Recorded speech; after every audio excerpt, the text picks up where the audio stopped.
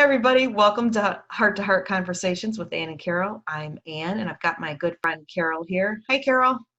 Hi, how are you? Good, how are you? Good. Very All right, well today we've got a really fun topic. We're going to be talking about words and the fact that words are powerful. And I know you've got a YouTube channel that says turn your words into miracles. So what do you got for us today? Well, we have a lot of stuff to talk about today about your words. See, I think that your words have so much power that you don't even know about. If you could stay and watch this video to the very end, we will prove it to you. We will show you proof that your words can turn into miracles, that your words have power. You can get what you want. You can get what you say. So I All hope you right, listen. that sounds awesome. Well, Carol, how long have you been interested in words? It's really only been about a little over a year, I think, that I've really focused. I mean, our whole life we think about words, right? But really diving into it and investigating what it is that makes our words so powerful has been a little over a year. Yeah. And what really interested you in the topic of words? Is there something that happened in your life that kind of jump started your interest in words? Actually, I was thinking about that, knowing that we were going to talk about words. I had to reflect back what took me down this road. And I have this little plaque. I don't know if you can read it. It says, "Don't measure the size of your mountain. Talk to the one who can move it." So um, I remember thinking to myself, that doesn't sound right. I mean, obviously, I think what they're trying to say in that little plaque is that, talk to God. He's the one that can move your mountains. And I remember thinking that doesn't sound like what I was ever taught, or I guess what I've ever read about. So I knew it came from the Bible. So I got into the Bible and I looked up the verse, Mark 11:22 through 24. And it was Jesus talking, and this conversation is going to be mainly about words. It's not going to be about the Bible and all that, but that's how I started. And it was just a story, I guess, about Jesus. And he was with his disciples and they were walking to go to the temple, and they saw a fig tree. And what happened is Jesus said he wanted some figs. He went over to the tree. It was the wrong season, so they weren't out. And I guess he was upset about it. And so they said he cursed it.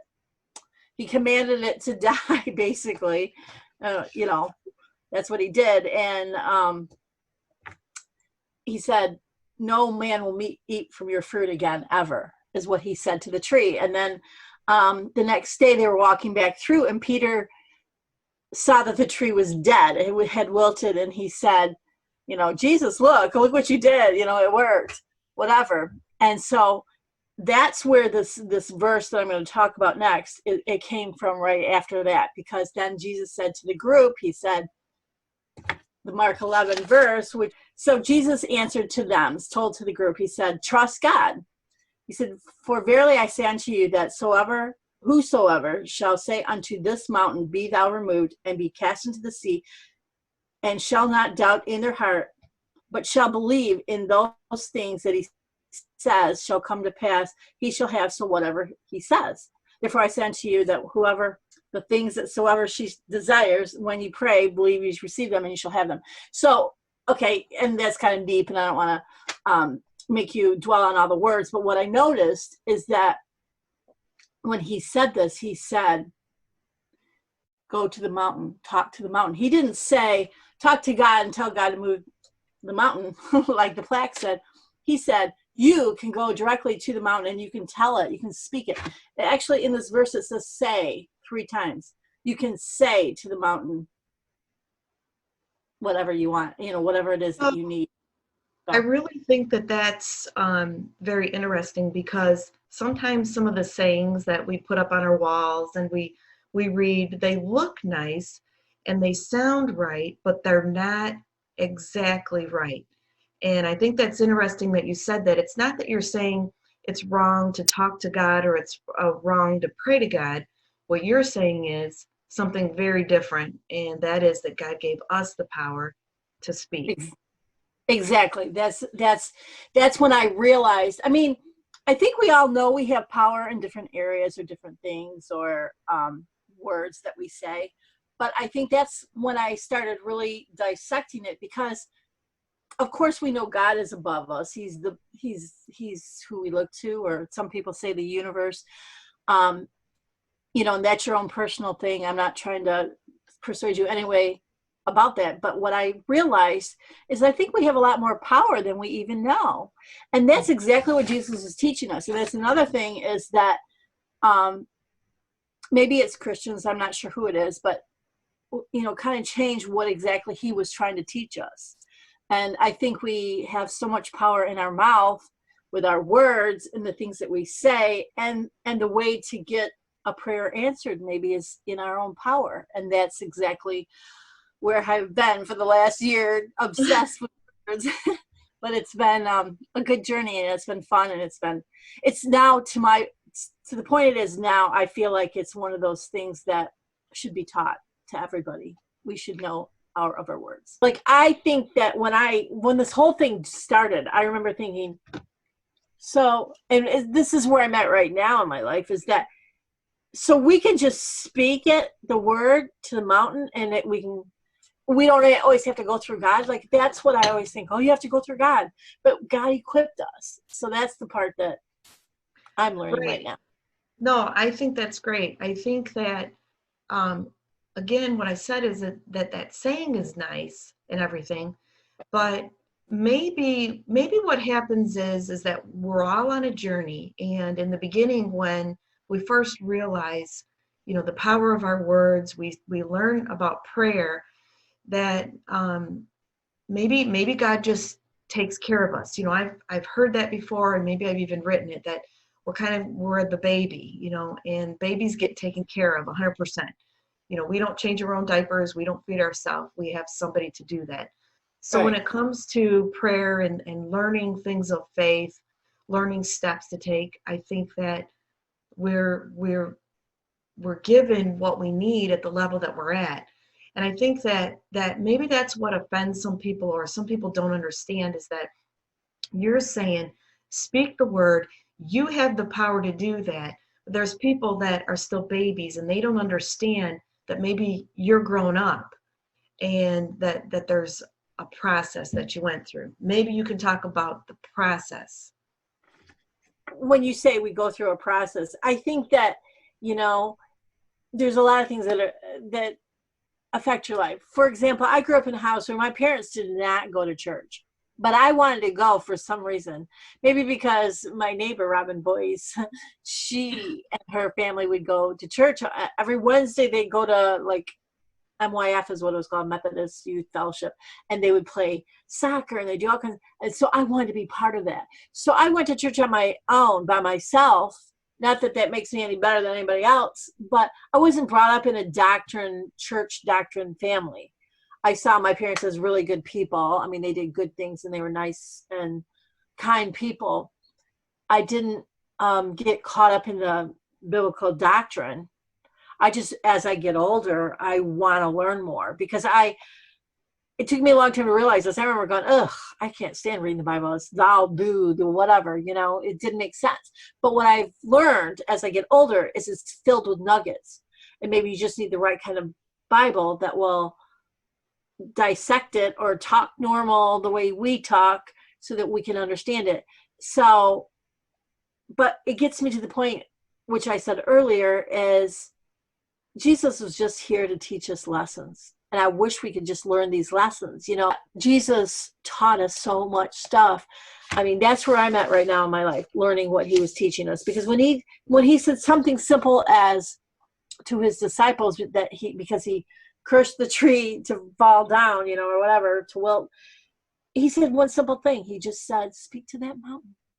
You can do it. You can speak to the mountain. As long as you believe it and you believe what you say and speak, you can make that mountain disappear. You can make that car payment get paid, that you need to pay, that you don't have the money. Maybe last month things happened that you couldn't afford, or you had to do car paint, or you had to do car repairs, so you can't pay the car, whatever it may be. I'm just using it as an example. But I think it's so simple as speaking to the mountain. It I was one of, think that when Jesus told them that, that was really revolutionary because when you think about it, the followers that he had, they were the common people. They were the down and out people.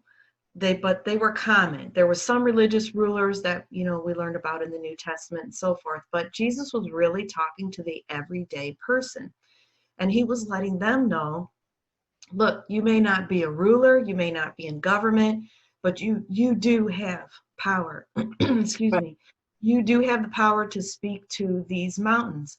And maybe that's something that we need to take away, when we think about what can we really do with the coronavirus and so forth, is that we do, as the common man, have the power to collectively speak into this right. situation.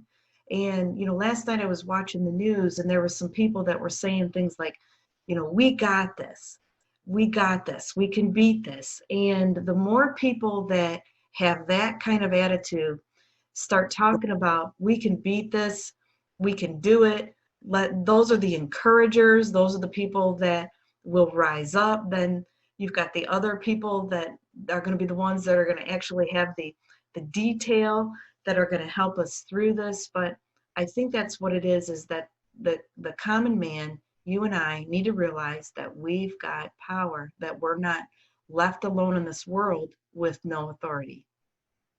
Very good. Because that is so true. I think there's a lot of times people will say, well, you know, I can't, I'm poor, I don't have money, I don't have this, I don't have that. But guess what you do have? You do have your mouth. But we all know somebody. I have a good friend that he became a multi-millionaire. He dropped out of high school, got a girl pregnant, you know, the whole story, and had a father tell him, you'll never amount to anything. And those negative words turned him around to, I'm going to show you, you know, I'm going to be whatever. So, but you know, people aren't ready sometimes to say words, or maybe they don't even know that they have to say words. But sometimes there's other people that are better at words. Maybe we all know somebody that says, I'm going to get that, whatever it is. I don't care. I'm going to win that race. I'm going to, you know, whatever it may be, you know. And not to get off track, but that's what I did study a lot in the last year about athletes. And I'm just going to say Tom Brady, because we all know Tom Brady, but he was talking about when he was in high school, it wasn't maybe as confident, obviously, because he didn't have all the stuff under his belt that he won, but he knew that he could. And he started to convince himself by saying, I'm going to do really good today, or the words that he needed to say to convince himself. See, it's all personal. It's what you need to say to convince yourself. Because if you go back and read that verse and believe what you say, it doesn't say believe what God says or believe what Jesus says. It says, if you believe in your heart what you say, you can have what you say. So you have to believe yourself, you know, or convince yourself, you know, and I don't know, this could even be something that you have to work on with yourself. Maybe you say, I'm going to get that position, but then later on you go, but I didn't graduate from college, so I never get those jobs. So why should I get, you know, you have to self-talk yourself into positive words too. But, So, that brings up another question here. We got this question from Facebook. And that is, what power do the words of others have on me? And whose words will prevail over my life? So when you got to saying just a minute ago is believe what you say, it got me thinking that the words of others maybe don't have as much power over me. I agree with that to a point, because I do think parents have, you know, there's a lot of times you'll hear people say, but my dad told me, like I just said with that other story, my dad told me I'd never amount to anything. Or my ex-boyfriend said, or whoever could have been influential in your life at a certain period of time, told you you were fat or you were ugly. You know, I did volunteer work at a battered women's shelter years ago. And the thing that I noticed the most is these women would come in all beaten up with their kids and stuff. And when they would get to talking, they would never say, he punched me in the eye, or oh my gosh, he threw me down the stairs. They don't tell you that. They tell you, he told me that I was a terrible wife. He told me I was not a good mother. I was, all these words, and I remember thinking back then, thinking, oh my gosh, look at you. He cut you with a knife, or he did this or that, but it wasn't. It was words that were the most influential. So I do think people can get into to our souls or into our body and make us feel like we don't amount to anything because of the words that they say. But then I on the think flip, I think you just hit on that. I think you hit on it, and the words get into our soul, and that's where we let them rest. We let them rest in our soul, mingle with emotion, mingle with our mind and thoughts, and maybe the way that we're brought up, and that's where they stay sometimes. well, we all kind of do it a little bit about different things. Like last night, I was making my bed, and my bed cover always comes off on one edge. And I said, gosh, it always comes, I'm talking to myself, but I said, geez, it always comes off. And I stopped myself and I said, no more. It's not going to do that anymore. So, I mean, we all do that self-talk to ourselves. Obviously, our words prevail, but people can influence us or make us think, or the positive. I remember my dad said to me one time, I graduated from college and I was moving up the ladder, and I was a store manager for a department store. And I remember he said, I'll tell you what about you, you're the aggressive one. I said, and I never thought of myself as being aggressive. I'm like, I mean, I feel like I'm happy-go-lucky, and aggressive sounds like a negative word, And I said, I'm not aggressive, Dad. I'm so easygoing. He goes, you're aggressive when you want something, when you are determined. And I had to like sink in, or let that sink in, and realize that was something positive. At Mm-hmm. the point in my life, I needed to hear that, and I've never forgot that, as long as it's used positively. So you can have words be said to you in a good way that sink in, that you don't forget to. People that may be listening to this, let's say they've lost a parent, a mother or father, you do change after you lose a parent. And I think, because sometimes people say, wow, you give a lot of compliments to people. It's, it's not really that I am giving it more than anybody else. Maybe I just have learned that, what, life is short. And when you can't say things to somebody that's gone, you start to think, wow, I should be living for the moment. There's, it's a change in life that educated me or taught me some things that maybe not you, because your parents are around, but you know what I mean? So I think that we all have a different journey. We all learn different things, so. That, I think that is good what you said there. That goes right directly to the point of that. I don't think we just don't think again about what we're saying Mm-hmm. and how it's affecting, others. How do you think we can, how do you think we become more mindful of that?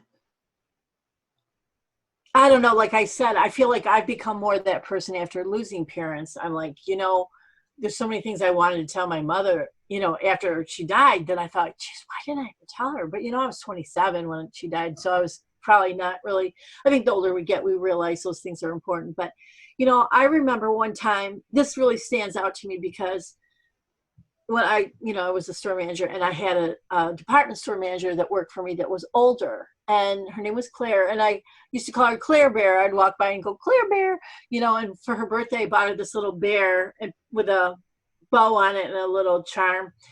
And I said, this is what you are. You're the Claire Bear. You're the one that we want to hug, or I don't know what I put on the card, but stuff like that.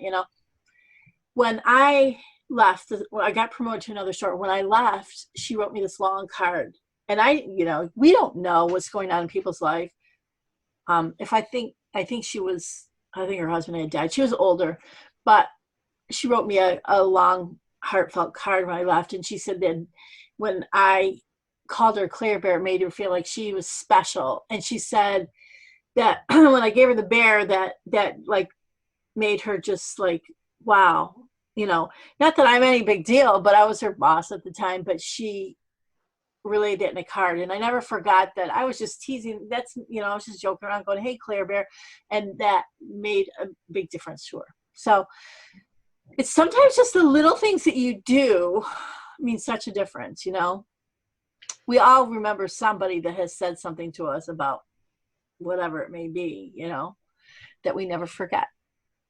We all are powerful. I think that's, we're talking about our words have power, but the bottom line is we all have power. Mm-hmm. So the words necessarily aren't the power, it's us. We have the power. Right. And I really believe we should all be using that power for the good.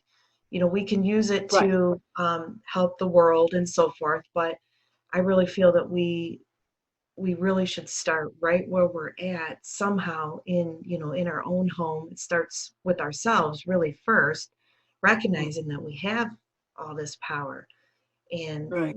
to do good. Many people, like I said, they get that they want to do good, and I'm not saying that we do good to please God, bringing that back into it. That's not what I'm saying at all. I'm just saying to use the power that we do have for good. I can tell you story after story of things that I've experienced or things that I'm hearing from people as I talk about words to other people, you know. And, now I'm going down this journey of prayer and how really we have authority and power for prayers to work. That's why every single one of my videos, if you see my videos on my YouTube channel, they all say the same thing. They say, you can have what you want. Basically you can have what you, and that sounds dangerous. I know. I sometimes think people are like, what? You can have what you want. Some things we shouldn't have that we want, whatever. But I say, I can't even read it. I say every single time, I say, words have power. You have the power to manifest. And maybe people are uncomfortable with when I say that. Maybe they're uncomfortable. Well, I can't, I have a car. I always use car payment. I have a car payment that's due and I need to pay it. And how am I going to get it? So I need to pray to God, God, will you provide the money so I can pay the car payment? And maybe you're not comfortable with saying car payment, talk to the car payment, talk to that mountain. Car payment, come, money, come to supply for money for the car payment. Maybe you're uncomfortable that way. Maybe you have to use God. Maybe that's the way you are. So you could say, thank you, God, for providing the money. I knew it would come in. Thank you.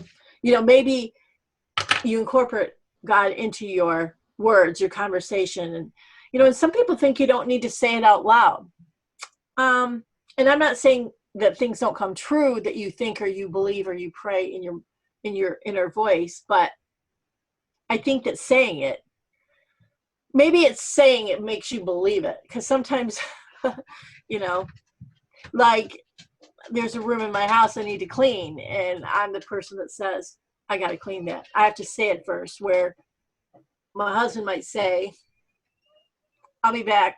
He just goes and cleans it. He doesn't feel like he needs to say it. There might be different people like that, but maybe there's an area that he doesn't want to do, or maybe there's something like working out all the time you don't want to do or something. But if you say, you know what, I'm going to start working out all the time, by saying it, you confirm it, makes you believe it, and then you do it. So Yeah, maybe there's something to the power of your own voice for yourself that you yeah. could say, and you believe it more when you hear it, Mm-hmm. that makes you want to do something.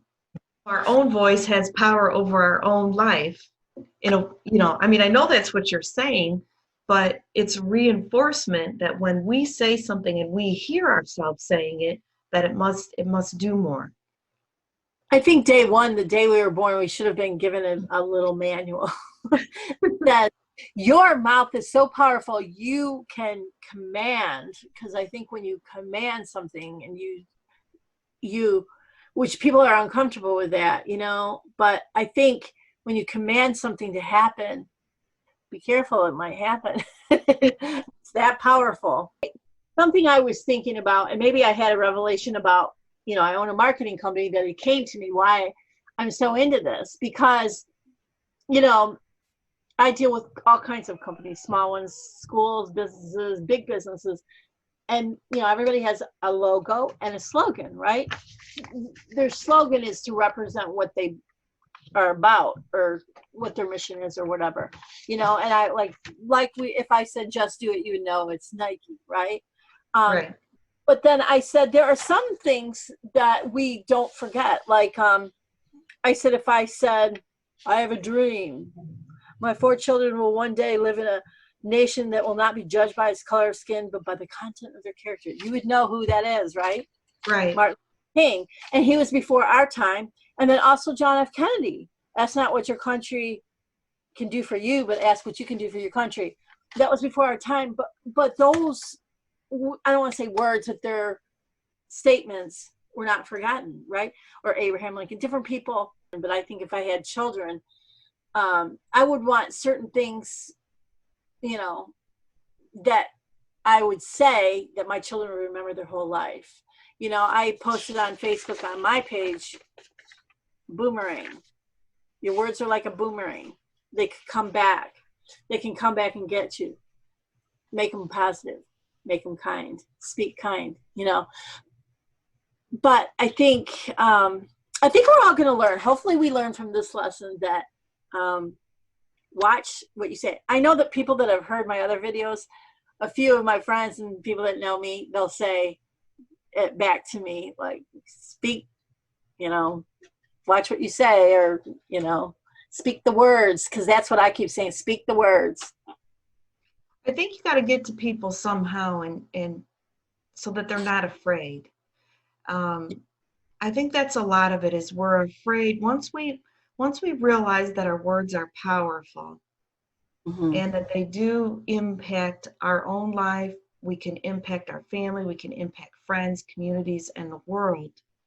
That I Right. think that sometimes a fear sets in that if I say the wrong thing, it's going to somehow negatively impact my life. Right. Yeah. You know, I don't want this to come across to make you fearful.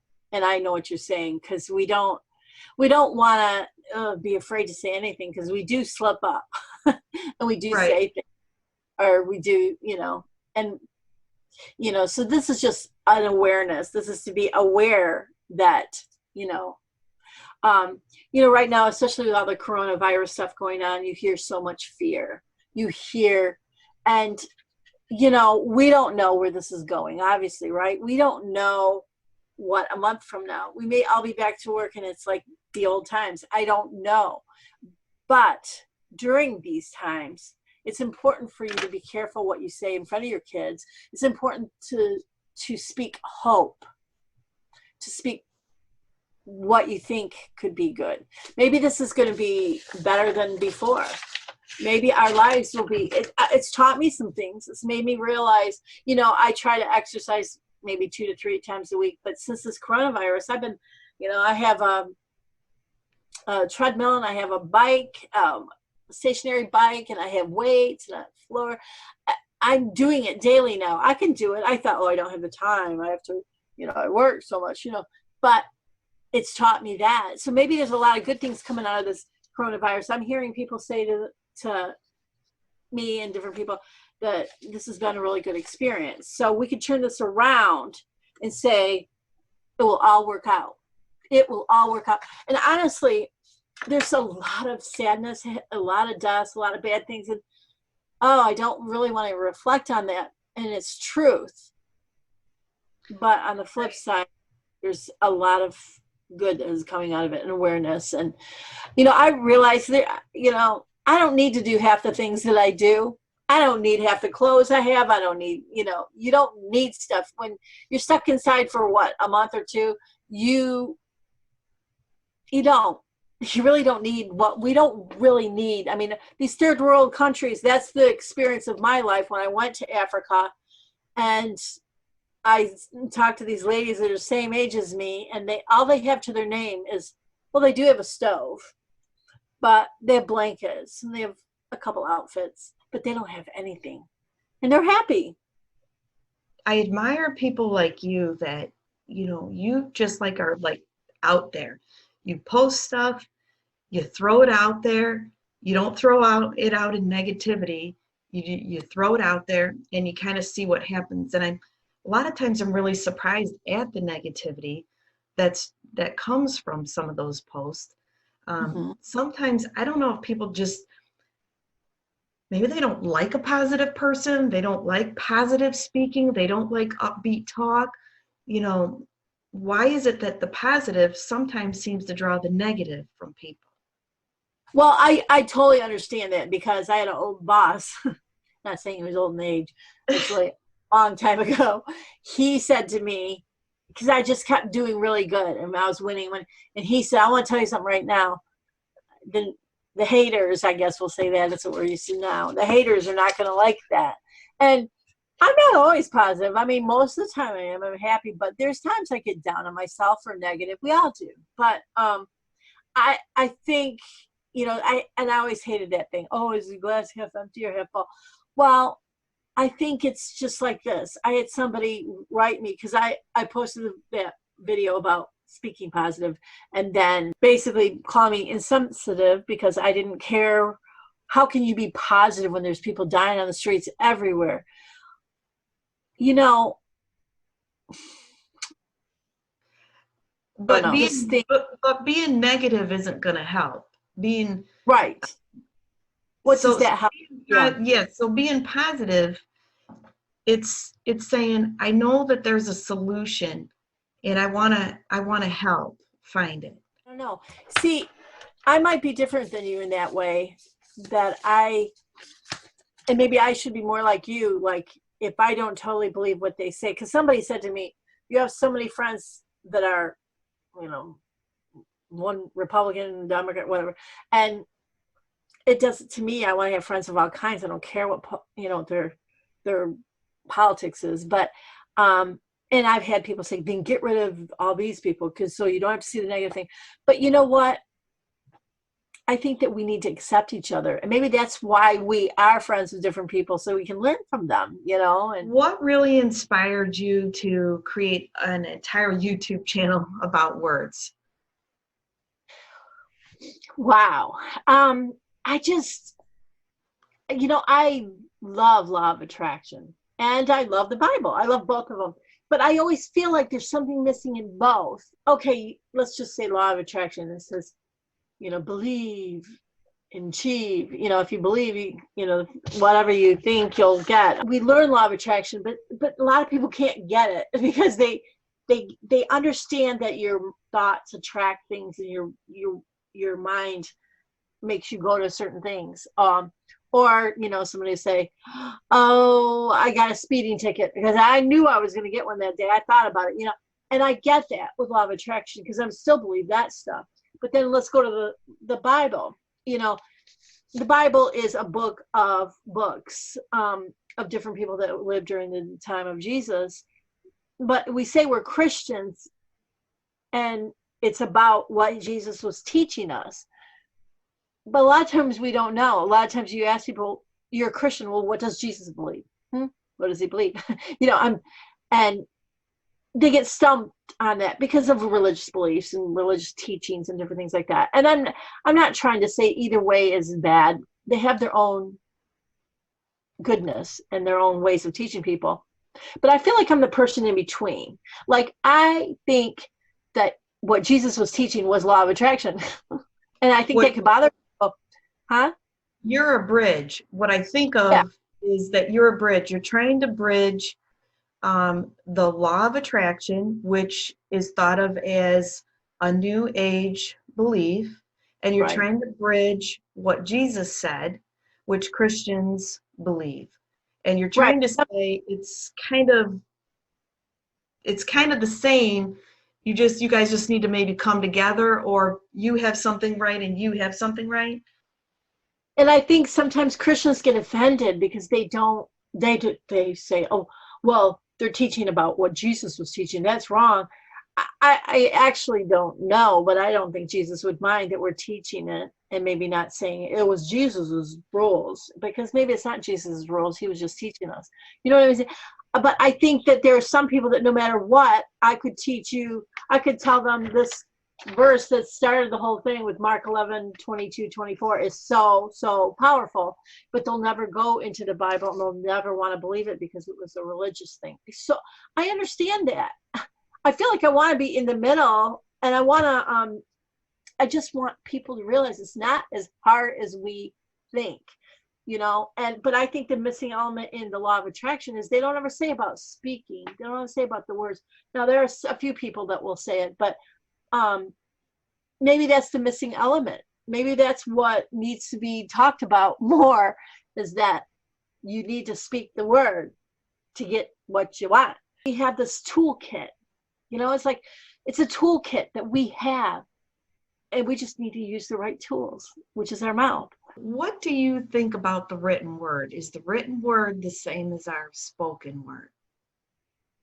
I totally believe it is, but I think if we start talking about the written word, it's the next subject. Is almost, this is too much. Okay, so the next time there'll be a good reason to get back on and listen to what we say about what the written word. When we say written word is, so if I say my goals this week are to do X amount in sales, and I write that down, or maybe I write I'm going to get into the certain account, or I don't know, whatever it may be according to your life, and you write it down, does it work?